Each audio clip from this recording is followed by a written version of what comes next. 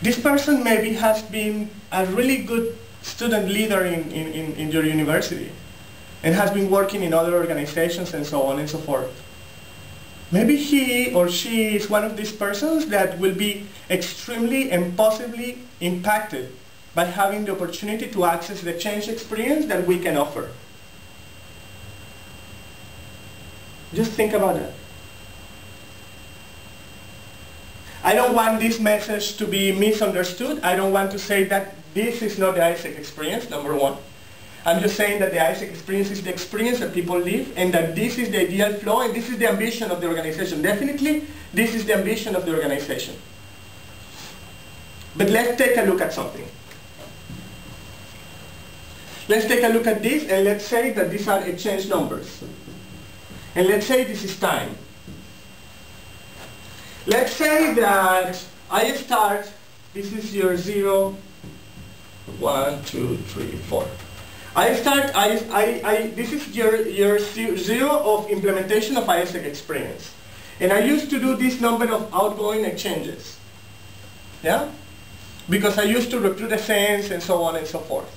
But in year 1, I decided that I'm not going to do this anymore because that's not AIESEC experience. And then I just dropped this from here. Why not to 0? Because I still had some of the previous ASCENs available. I am matching these ASCENs over the time until I get to 0 in number of outgoing exchanges. When I started AIESEC experience, I started in this year, and I recruited members of first and second year of university. They will not be ready to go on an exchange at least, if they're in first year of university, at least in 2 more years, which is 3 years. But let's say that I recruited some members of the second year. So that means that in 1 or 2 years they will be ready. How many members your local committee has? Let's say an average in the world is between 15 and 20, which means that there are around 10 new members. Out of these 10 new members, 2 of them or 3 of them were from the second year. In 2 years' time, you will be able to realize 2 outgoing exchanges just in the case that these people stay in AIESEC. What is your retention rate for members?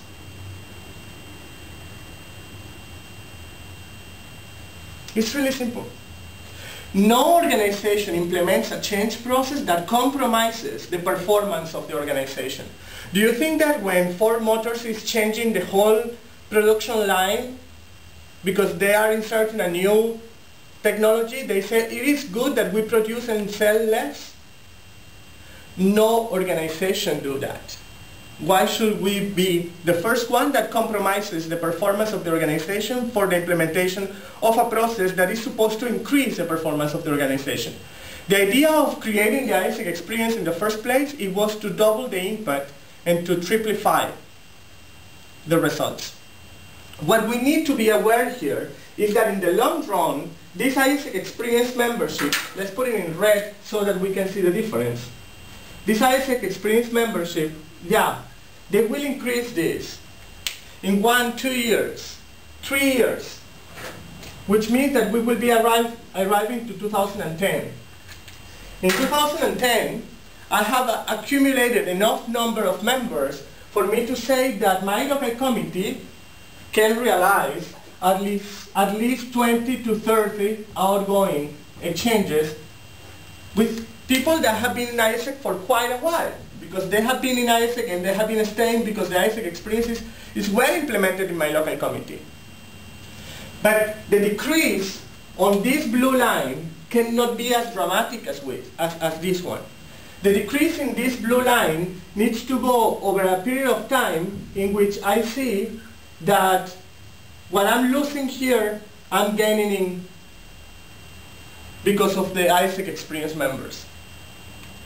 To be completely honest with you, I don't see a future scenario in which 100% of our outgoing exchanges are done with people that have been in AIESEC for more than 1 year.